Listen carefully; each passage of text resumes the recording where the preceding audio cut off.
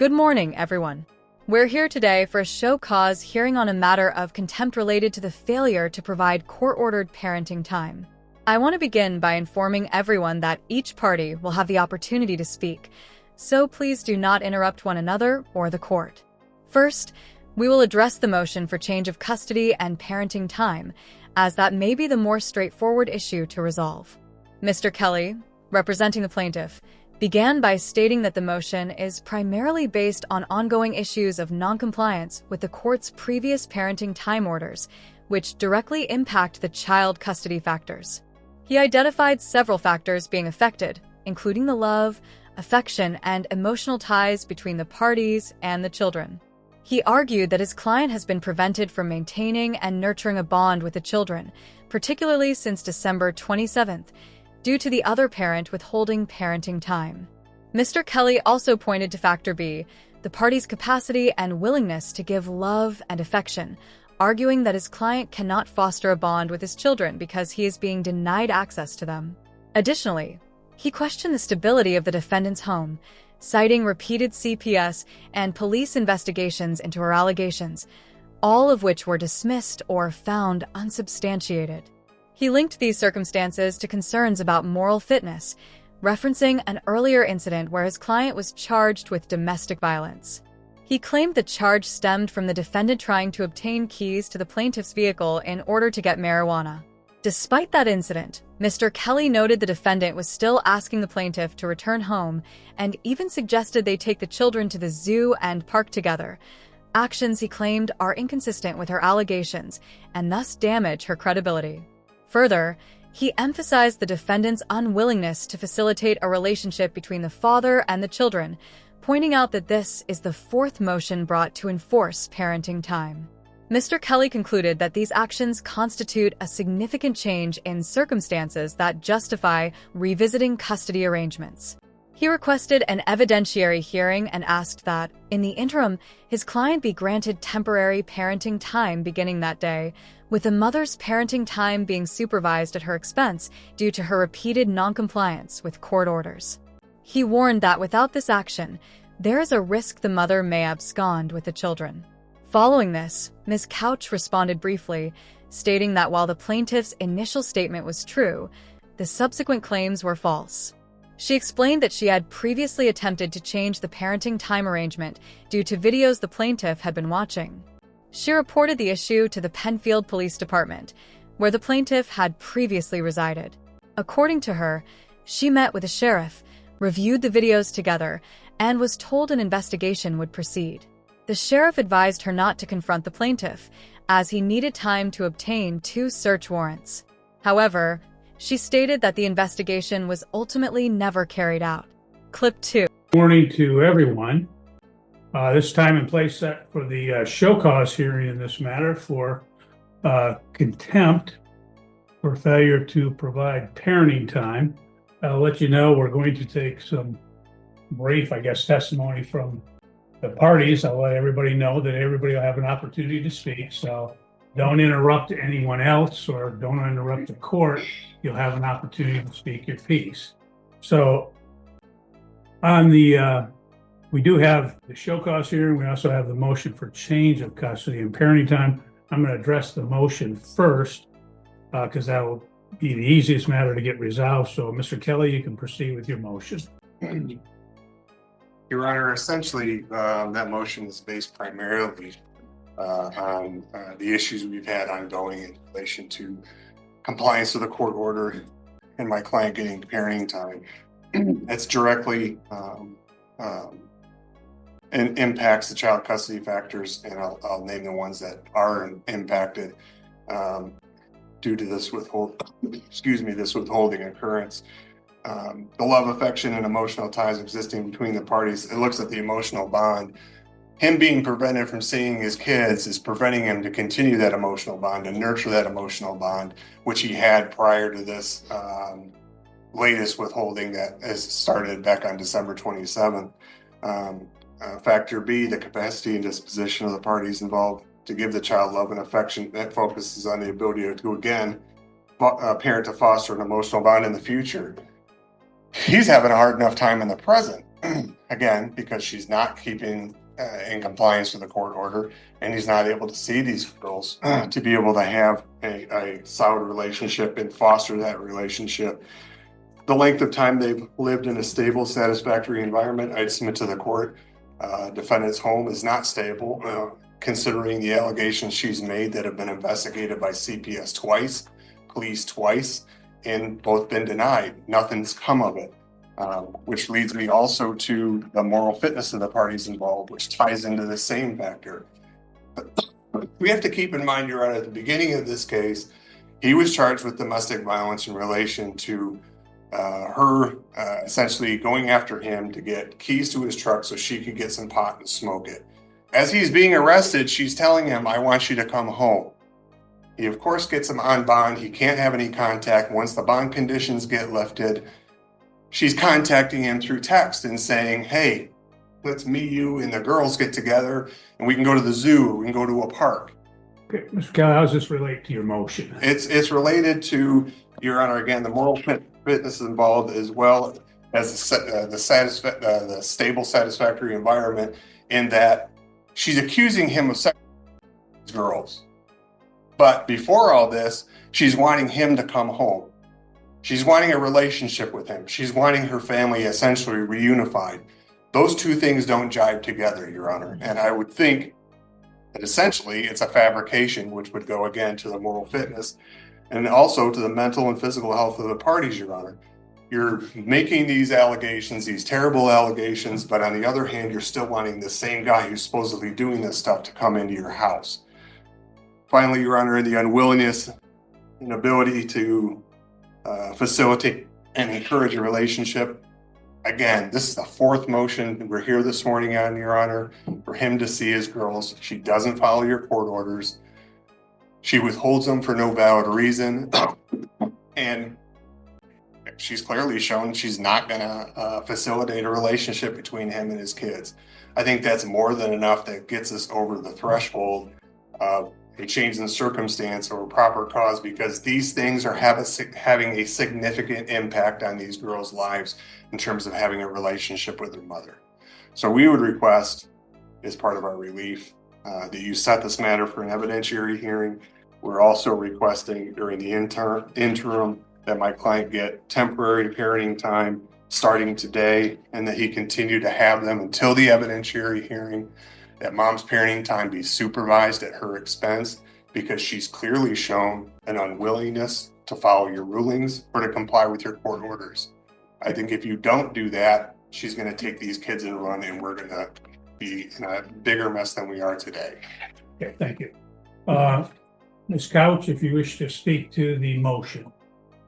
I had some statements, but it's just what I had submitted to the court. Okay, go ahead, tell me, and then Okay. Would you like me to stand? whatever you wish. If it's more comfortable sitting, go ahead, but speak up a little. So Okay. I said that his first statement was true, but the second statement that he said was false. I said I previously tried to change parenting time because of the videos the plaintiff had been watching. It was reported to Penfield's police department because plaintiff was previously residing in Penfield. I spoke to their sheriff where we looked at the videos together, and he told me that he would be conducting a search and not to address the matter to the plaintiff because he would need time to get 2 search warrants, and the investigation was never done. The fourth statement made by the plaintiff is false.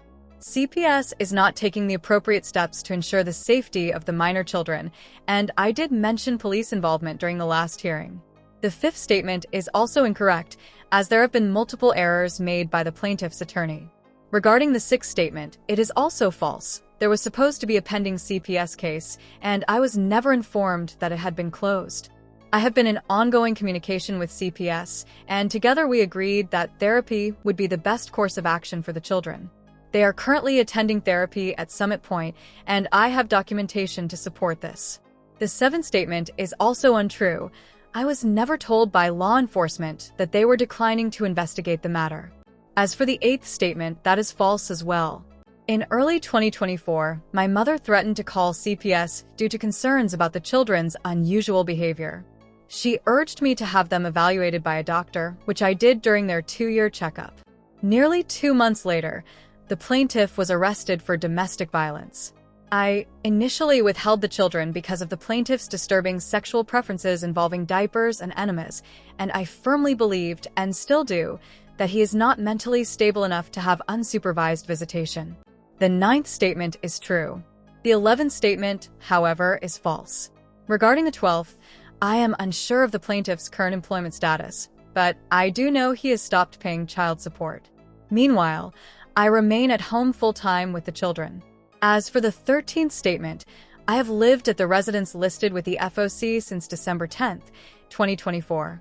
Concerning the 14th statement, I am not aware of the plaintiff's current relationship status. I have friends and family in Michigan and lived in Indiana until I was 18, where most of my family still resides. Finally, in regard to the 15th point, I respectfully request that the court consider modifying the current custody order and issue a no-contact ruling between the minor children and the plaintiff. I believe the plaintiff should be held fully accountable for his actions, regardless of his legal representation or perceived standing. The 4th statement is false. CPS is not taking the proper steps to ensure the minor children's safety, and I did mention police involvement in the last hearing as well. The 5th statement is also false. Errors were made by the plaintiff's attorney. The 6th statement is also false.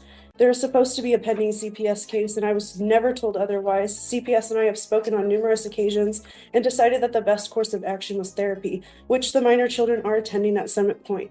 I do have proof of all of that as well.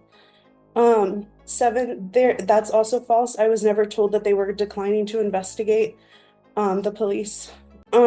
Number 8, it's false. In early 2024, my mom threatened to call CPS on me because of the children's odd behavior, requesting that I get them checked by the doctor. I had the doctor examine them at their 2-year checkup, and almost 2 months later, the plaintiff was arrested for domestic violence. I originally withheld the kids because of the plaintiff's sexual preference for diapers and enemas, knowing that the plaintiff was not mentally stable enough for unsupervised visitation. The 9th statement is true. The 11th statement is false. The 12th, I'm unsure of the plaintiff's employment, but the plaintiff has stopped paying child support, and I still stay at home with my children. Number 13, I have lived at the residence that the FOC has on file since December 10th, 2024. The 14th statement, I'm unsure of the plaintiff's relationship status. I have friends and family in Michigan, and I lived in Indiana until I was 18, and most of my family resides there. Number 15, I would like the court to consider changing the current custody orders and issue no further contact between the minor children and the plaintiff. Plaintiff should be held accountable for his actions, regardless of stature or representation. That's all. Thank you. I don't have anything further, Mr. Kelly. Now, as for the court's ruling in this matter, the court has reviewed all pleadings and is familiar with the file. Based on the information presented, the court finds that the plaintiff has met the threshold for demonstrating proper cause and a change in circumstances sufficient to warrant an evidentiary hearing. Therefore, the court will schedule an evidentiary hearing on this matter. Mr. Kelly, you may proceed with the show cause hearing. Mr. Kelly then indicated he would like to take testimony from his client. Mr. Conley was called to the stand, sworn in, and asked to keep his testimony brief and to the point. When asked if he had been receiving his court-ordered parenting time, Mr. Conley responded no, stating that Ms. Couch has refused to allow him to see the children. He confirmed that he had made attempts to pick the children up and had involved the police for assistance. He described an incident in which Ms. Couch slammed the door in the police officers' faces and denied access, simply telling them no. Mr. Conley also stated that he had filed motions with the court in an attempt to enforce parenting time and confirmed that the court had previously awarded him the make-up parenting time. Most recently, the court granted parenting time in January of this year, and when he attempted to pick up the children for that visit, Ms. Couch again refused to allow it. He was then asked if he knew how many overnights he had missed. He did not provide a specific number, but confirmed he had missed numerous days. When asked if he would like the court to grant him make-up parenting time today, Mr. Conley said yes. Mr. Kelly concluded, stating he had no further questions. Ms. Couch was asked if she had any questions for the plaintiff. She responded no. Clip 4. That's all. Okay, thank you. I don't need anything else, Mr. Kelly. what the court will do in this matter, the court has read the pleadings, obviously is well aware of the file in this case. The court does believe that the plaintiff has met the Vavarka threshold of proper cause, change of circumstances sufficient for an evidentiary hearing. So the court will schedule an evidentiary hearing in this matter. Mr. Kelly, you can proceed with your show cause hearing. Do you wish to take testimony from your client? Okay, Mr. Connolly, if you step forward, we'll have you sworn in and then we'll take some testimony. And I say brief testimony, I don't need to get into. Sure. We'll keep it straight and to the point here. Have you been getting your parenting time? No, Why not? because she is refusing to let me see him. Have you attempted to get your children from this couch? Yes, Have you called the police for their assistance? yes. What happened when the police got involved? That she slammed the door in their face, denies them, and just tells them no. Have you filed motions with the court to get parenting time? Yes, Has the court awarded you make up parenting time? yes, Most recently, did the court award you parenting time in January of this year? yes, Did you attempt to go pick the children up for that make up parenting time? yes. What happened? She refused to give them to me again. Do you approximately know how many days you have missed so far as simply your overnights for parenting time? 20. Would you like the court to grant you some make up parenting time this morning? Yes. No further questions, Your Honor. Okay. Ms. Couch, do you have any questions for the plaintiff? No? Well, that was easy, because if you're not going to dispute his testimony, then I guess the court can just accept him as facts. Next witness will be his mother. Ms. Putnam, how do you know Mr. Connolly? He is my son. You heard him just testify that he has parenting time with your granddaughters, correct? Correct. Okay. Do you assist him in pickup and drop offs for I parenting do. time? Has there been occasions when you have gone with him to go get the girls and anything happened in regards to him actually getting the girls? Prior to December 27th, yes. After December 27th, no, she refused. Let's talk about prior to December 27th. What would happen? We would go, then we were meeting at Riverside Park, and we would wait for her to show up. When she'd show up, she'd let the girls out and they would come running up to Zach and we would take them. Okay. Did something change after December 27th? She just started refusing to give the give the girls. His first visit that he was supposed to was I'm not sure, but I got a text from Athena on New Year's Day saying Okay. that she was going to refuse to give the girls. Either she would not be home, he would text her and she would not respond, or if she was there, we'd knock on the door, she'd open the door and then just say no and slam the door in our face. So we would go back to the truck and call the police for the police to come out and assist. And the police came out and assisted. That help in terms of actually getting parenting time to occur? No, she just did the same thing to the police. Just to clarify, that he talked about prior to the December 27th date, and the court had previously entered an order which provided for makeup parenting time that stated that the parenting time would, again, the makeup would occur on January 27, 2025. And the plaintiff's motion states that he did appear on that date. Did you go with him on the January 27th date? Yeah. Okay. And what happened on that date? She just refused. I don't know, either she refused or she wasn't there. And you don't remember if she was not there or if she refused? I don't remember that specific time. Okay. I have it written down at home, but I don't remember. Okay. Ms. Couch, do you have any questions I of do, this witness? yes.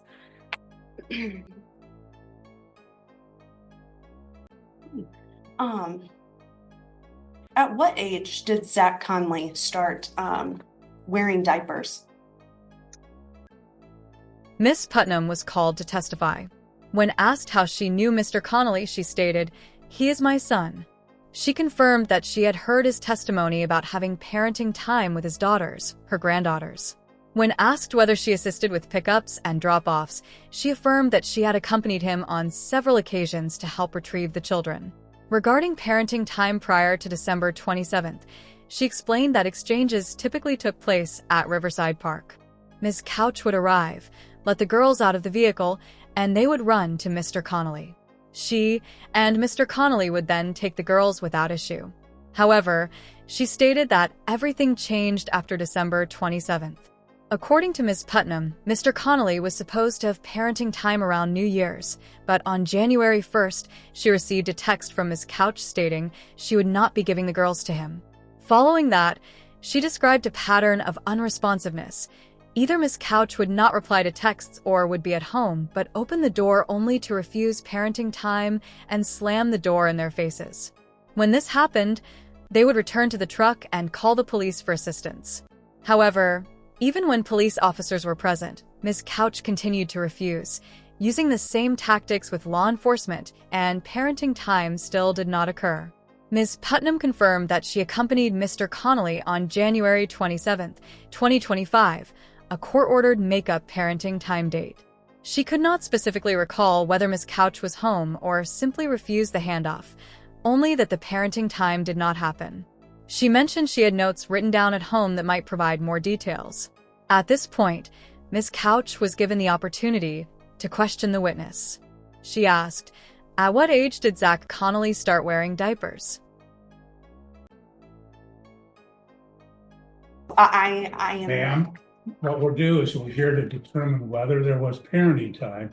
That's the show cause, okay? So that's what the purpose of this hearing is. So you can ask questions about the parenting time, compliance with the orders, etc. Okay? Okay. Go ahead. And you were at my residence on the 27th to pick up the children? Oh, actually, on the January 27th? Yes. Or December 27th.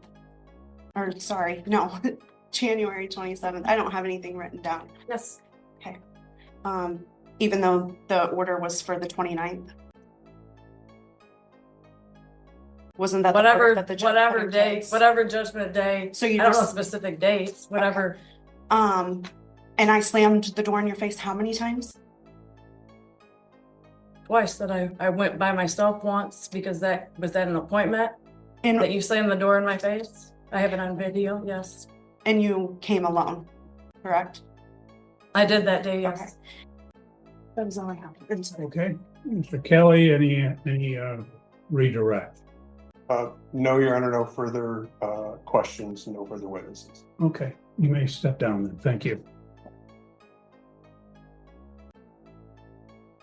Ms. Couch, do you wish to present any testimony or witnesses? No? Okay. Check that order because there was some, Ms. Couch, you raised some issues concerning the, I think it was the order of January 27th. I want to make sure if that was the time as well for the makeup parenting time. I believe it was, but It was January 27th through February 9th. okay, that's what I thought. And I could have swore the pickup date was the 29th. I apologize. well, I want to make sure that it's correct so that there's no issue. But I was not home at the time of pickups.